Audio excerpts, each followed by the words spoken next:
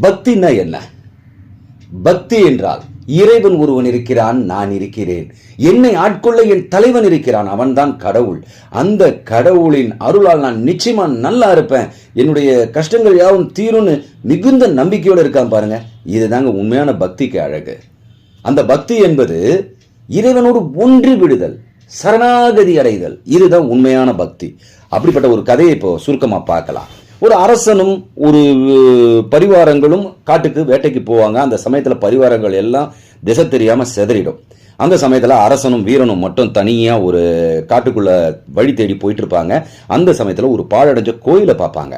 அந்த கோயிலை பார்க்கும் பொழுது அந்த வீரன் கேட்பான், இந்த இடத்துல யாரும் பூஜை செய்ய ஆள் இல்லையே, சரி மன்னா, இந்த சிலையை மட்டும் நான் எடுத்துக்கிறேன், லிங்க சிலையை மட்டும், அதை வீட்டில் எடுத்துட்டு போய் நான் அந்த விக்கிரகத்தை பூஜை பண்ணிக்கிறேன் அப்படின்னும் பொழுது இவன் அரசன் சொல்லுவான், சரிப்பா எடுத்துக்கப்பான்னும் பொழுது வீட்டுக்கு எடுத்துட்டு வந்துடுவான். ஆனா இவனுக்கு முறையான பூஜை எப்படின்னு தெரியாது. அதனால அரசங்கிட்ட கேட்கும் பொழுது, ஒன்னும் இல்லடா, சுடுகாட்டுக்கு போய் சாம்பல் எடுத்துட்டு வந்து வீட்டில் வச்சுக்கோ, அந்த சாம்பலால் அவருக்கு அபிஷேகம் பண்ணு, நீ குளிச்சுட்டு நீ என்ன சாப்பிடுறியோ அதை நெய்வேத்தியமா பண்ண ஒரு திவ்யமா ஏத்துப்பாரு அப்படின்னும் போது இதை சரியா பண்ணிக்கிட்டு இருப்பான்.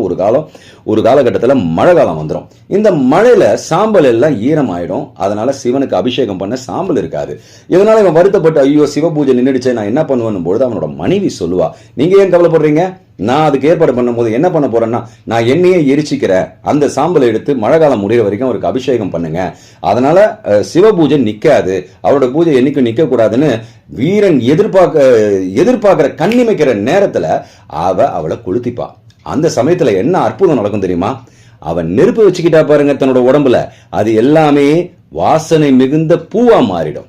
உடனே சிவபெருமான் தோன்றுவாரு, உன்னோட பக்தியை மெச்சின, அதுவும் இல்லாம என்னுடைய பூஜைக்காக உன் உடலையே அர்ப்பணிக்க நினைச்ச பத்தியா, இதுதான் உண்மையான சரணாகதி, அதனால உங்க வாழ்க்கையில என்னைக்கும் எந்த கஷ்டமும் வராதுன்னு சொல்லி அவங்களுக்கு ஆசீர்வாதம் பண்ணி மறைஞ்சிருவாரு. இந்த கதை எதுக்குன்னா, இறைவன் கிட்ட நம்ம இப்படித்தாங்க பக்தியா இருக்கணும்.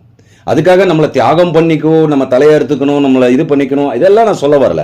ஆனா இந்த கதை உணர்த்தது என்னன்னா, உங்களை மீறிய, நான் என்ற அகங்காரத்தை மீறிய ஒன்றுதல் நம் தலைவன் கிட்ட வரணும்.